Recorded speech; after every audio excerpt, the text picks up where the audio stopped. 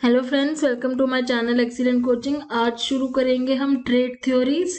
तो personality theories में जो ट्रेट थ्योरी है वो ट्रेट्स के ऊपर बात करती है। ट्रेट्स क्या होते हैं? The strong tendency to think about others in terms of specific characteristics. मतलब कि हर किसी के अंदर जो स्पेसिफिक करेक्टरिस्टिक्स होती हैं, जो स्टेबल डायमेंशंस होती हैं, जो हमारे अंदर चीज़ें बदलती नहीं हैं, हमारी पर्सनालिटी में कुछ चीज़ें स्टेबल रहती हैं, उसको हम ट्रेट बोलते हैं। और उन्हीं चीजों के ऊपर फोकस किया हुआ है ट्रेट थ्योरी में। The basic idea behind this approach is as follows.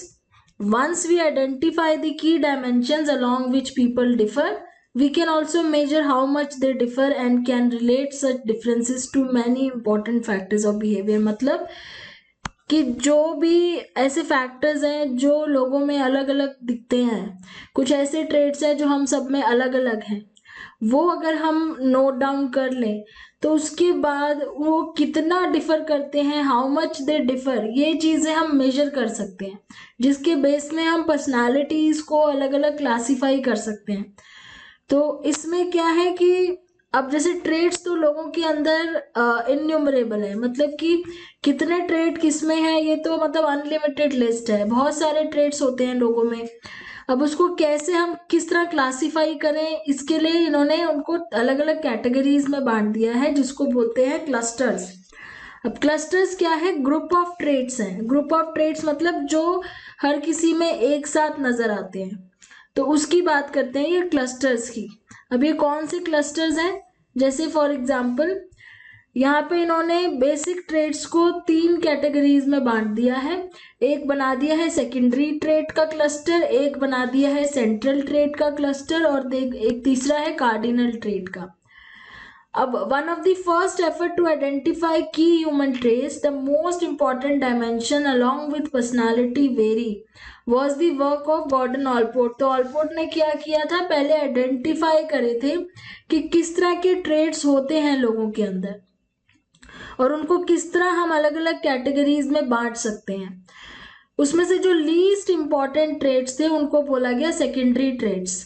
These are the traits that exert relative weak and limited effects on behaviour. मतलब ये ऐसे ट्रेड्स हैं जिसका हमारे बिहेवियर पे बहुत ही कम असर होता है।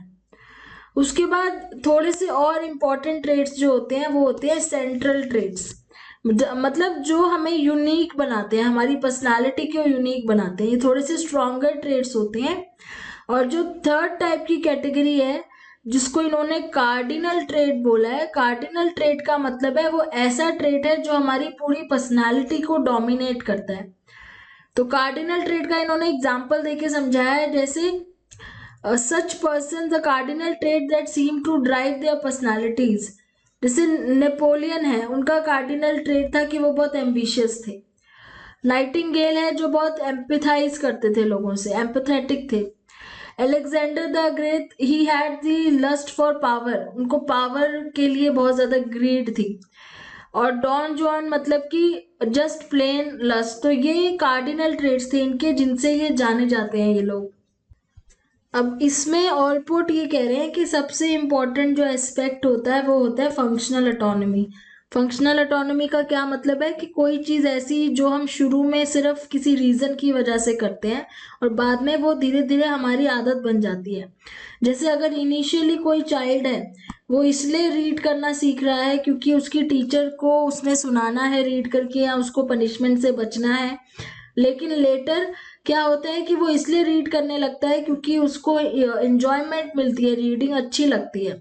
तो इसको बोलते हैं फंक्शनल ऑटोनॉमी।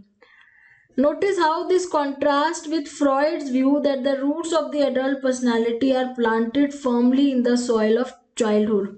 अब यहाँ पे कह रहे हैं कि जैसे फ्रॉइड ने बोला था उससे तो एकदम कॉन्ट्राडिक्टरी है ये, क्योंकि फ्रॉइड ये बोलते थे कि जो भी हमारी पर्सनालिटी होती है वो हमारे चाइल्डहुड एक्सपीरियंस की वजह से ही होती है। लेकिन यहाँ ये बात कर रहे हैं कि फंक्शनल ऑटोनॉमी एक रीजन होता है कि शुरू में हम किसी और रीजन से करते हैं, लेकिन बाद में वो सर्कमस्टेंसेस और वो रीजन उस बिहेवियर का चेंज हो जाता है। एक और थ्योरी है जो रेमंड कैटल ने प्रपोज की थी, और उन्होंने भी कुछ बेसिक डायमेंशंस ऑफ पर्सनालिटी के बारे में बात करी थी।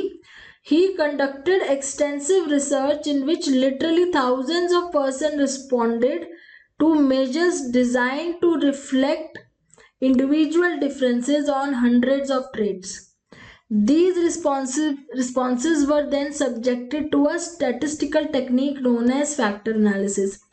तो रेमंड कैटल ने क्या किया था, लोगों के ऊपर जो स्टडी करी थी उनके रिस्पॉन्सेज को मेजर करने के लिए, और उनके जो भी रिस्पॉन्सेज थे उसको स्टैटिस्टिकल टेक्निक होती है फैक्टर एनालिसिस, फैक्टर एनालिसिस का यूज करके ये पैटर्न्स का पता लगाने की कोशिश की थी कि किस तरीके से लोगों के अंदर अलग अलग ट्रेड्स हैं और कितने हैं, मतलब किस तरह के पैटर्न है, कितने लोगों के अंदर किस तरह के ट्रेड्स मिलते हैं और वो कितने पैटर्न्स में मिलते हैं, किस तरह के क्लस्टर्स हैं, मतलब कि क्लस्टर्स को आइडेंटिफाई करने के लिए फैक्टर एनालिसिस का यूज किया था. Cattell reason the number of key traits in human personality can be reduced until we are left with those that are truly central. तो ये कहते हैं कि वैसे तो किसी के अंदर बहुत सारे ट्रेड्स हो सकते हैं, लेकिन उसमें से हम कुछ चीज़ों को हटा भी सकते हैं जब तक कि हम मेन उस ट्रेड पे ना पहुंच जाए जो सेंट्रल ट्रेड होता है.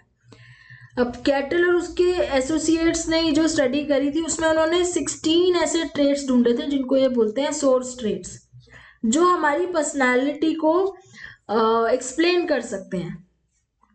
So dimensions of personality that underlie differences in many other less important than surface traits. अब surface traits क्या है? surface traits हैं जो आपको सामने से नजर आते हैं, लेकिन source trait है जो हमको दिखते नहीं है किसी के सामने से.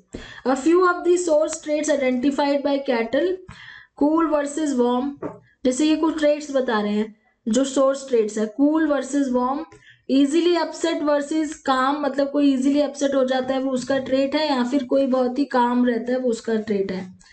Not assertive versus dominant, trusting versus suspicious, तो कोई ट्रस्टिंग होता है बहुत ज्यादा, कोई सस्पिशियस होता है दूसरों के ऊपर हमेशा. तो ये ट्रेट्स हैं, तो ये सारे सोर्स ट्रेट्स हैं.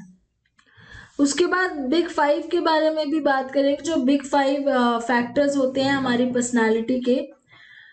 सो यहाँ पे बोल रहे हैं कि कॉस्टा एंड मैक्रे ने मिलके एक 5 फैक्टर्स की थ्योरी बनाई थी, जिसमें वो बिग 5 जिसका नाम बोलते हैं, जिसमें कह रहे हैं कि हम सबके अंदर 5 ही ऐसे सेंट्रल डायमेंशंस होते हैं जिसमें हम अपने आप को क्लासिफाई कर सकते हैं. जैसे पहला है एक्स्ट्रावर्जन.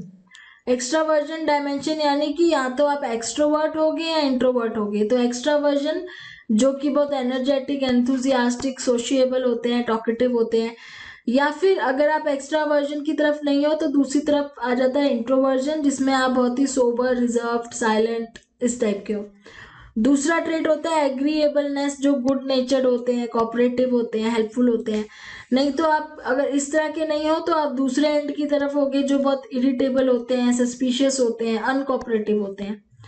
फिर कॉन्साइटियसनेस में ये बोल रहे हैं कि ऐसी डायमेंशन है जिसमें आप बहुत केयरफुल होते हो और बहुत ही सेल्फ डिसिप्लिन, रिस्पॉन्सिबल. या फिर ऐसा नहीं होगा तो आप बहुत इम्पल्सिव या केयरलेस, या किसी एक जगह पे, मतलब एक कॉन्टिन्यूम की किसी एक साइड पे आप जरूर रहोगे. या तो आप इस तरफ रहोगे एग्रीएबलनेस की तरफ, या इसके ऑपोजिट तरफ, या आप एक्स्ट्रावर्जन की तरफ या इसके ऑपोजिट.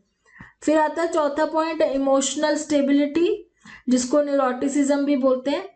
तो ये यहाँ पे आप बहुत पॉइज्ड, काम, कंपोज्ड हो. अगर ऐसा नहीं है तो फिर आप बहुत नर्वस रहने वाले, एंग्शियस और बहुत ही हाइपर एक्टिव टाइप के हो. पांचवा आ जाता है ओपननेस टू एक्सपीरियंस, मतलब आप कितने इमेजिनेटिव हो, कितने विटी हो, ब्रॉड माइंडेड हो. अदरवाइज दूसरी तरफ आ जाता है आप सिंपल हो, having narrow interest to other, दूसरों में आपको इतना इंटरेस्ट नहीं है. तो इस टाइप से इन्होंने 5 ऐसे डायमेंशंस बताए थे पर्सनालिटी के, जिसके किसी साइड पे, कोई ना कोई कंटिन्यूम की साइड पे हर पर्सन जो है वो आता है. अब इस जो बेसिक 5 बिग 5 जो थ्योरी है उसके लिए भी कुछ लोग ये बोलते हैं कि सिर्फ 5 डायमेंशंस जो है पर्सनालिटी के वो इतने बेसिक है कि हम सिर्फ 5 डायमेंशन से किसी की पर्सनालिटी को डिस्क्राइब नहीं कर सकते. तो यहाँ पे आइजेंक जो है उसको क्रिटिसाइज करते हैं और ये बोलते हैं कि personality believes that there are only 3 basic dimensions. ये बोलते हैं कि पर्सनालिटी के सिर्फ 3 बेसिक डायमेंशंस होते हैं, एक्स्ट्रावर्जन, न्यूरोटिसिज्म एंड साइकोटिसिज्म। तो आइजेंक के अकॉर्डिंग एक्स्ट्रावर्जन हो सकता है, यानी कि कोई एक्सट्रोवर्ट या इंट्रोवर्ट की कैटेगरी में आएगा। न्यूरोटिसिज्म होता है दूसरा, या तो इमोशनली स्टेबल है या बहुत ज्यादा एप्रीहेंसिव है। और तीसरा बोलते हैं साइकोटिसिज्म होता है, मतलब कि या तो वो साइकोपैथोलॉजी की तो वो की तरफ उसका झुकाव है, या फिर वो बहुत इम्पल्सिव, मतलब साइकोपैथोलॉजी मतलब बहुत ज्यादा इम्पल्सिव और क्रूएल है, या फिर वो बहुत ज्यादा एम्पथेटिक है। तो इस तरीके से आइजेंक ने सिर्फ 3 डायमेंशंस बताए गए। अब ट्रेड थ्योरी की इवैल्यूएशन क्या है, क्या चीज मानी जाती है, क्या ये थ्योरी फाइनली सबने एक्सेप्ट करी है या नहीं। तो अभी तक तो ये देखा गया है कि जितने भी साइकोलॉजिस्ट हैं वो ट्रेड थ्योरी को ही बेटर मानते हैं एज कंपेयर टू अगर फ्रॉइड की, यूंग की या रॉजर्स की थ्योरी ले, तो वो ज्यादातर ये मानते हैं कि जो ट्रेड्स की थ्योरी है वो ज्यादा बेटर है, और उनका सारा एफर्ट इसी में जाता है कि हम किस तरीके से ट्रेड्स को अंडरस्टैंड कर सकें। लेकिन इसका मतलब ये नहीं है कि ट्रेड थ्योरी एक फाइनल आंसर है या परफेक्ट है, क्योंकि इसके अंदर भी कुछ क्रिटिसाइजिंग पॉइंट्स हैं। जैसे कि ट्रेड थ्योरी के लिए बोला जाता है कि ये बहुत डिस्क्रिप्टिव है नेचर में। डिस्क्रिप्टिव मतलब वो ये नहीं डिस्क्राइब कर पा रहे हैं उसमें पर्सनल ट्रेड थ्योरी में कि कैसे ये ट्रेड्स डेवलप कैसे होते हैं, वो हमारे बिहेवियर को कैसे इन्फ्लुएंस करते हैं और क्यों करते हैं। अब जैसे बिग 5 मॉडल की बात कर रहे हैं कि बिग 5 मॉडल इन्होंने कैसे सेटअप किया था, जब इन्होंने लोगों से पूछा था कि आप दूसरे लोगों को डिस्क्राइब करो, तो उसमें मोस्टली जिन जो लोगों ने डायमेंशंस यूज करी थी उसके बेस पर बिग 5 फैक्टर्स बने थे। तो ये डिस्क्रिप्टिव बेस पे है, पर ये उसको वो नहीं कर पा रहा है, उसके रीजनिंग नहीं कर पा रहा है। दूसरा ये कह रहे हैं कि ऐसा भी नहीं है कि जो बिग 5 फैक्टर्स जैसी थ्योरी है वो यूनिवर्सली एक्सेप्ट हो गई है। बेशक वो पहले की थ्योरी से बेटर मानी जाती है, पर they are far from universally accepted, मतलब अभी भी उसको यूनिवर्सली एक्सेप्ट नहीं किया गया है। तो ट्रेड थ्योरीज को पहले से बेटर अप्रोच माना जाता है, बट ये फाइनल आंसर्स नहीं है अभी तक की पर्सनालिटी मेजरमेंट का। अब नेक्स्ट वीडियो में हम लोग बात करेंगे लर्निंग अप्रोचेस टू पर्सनालिटी के बारे में। Thanks for watching.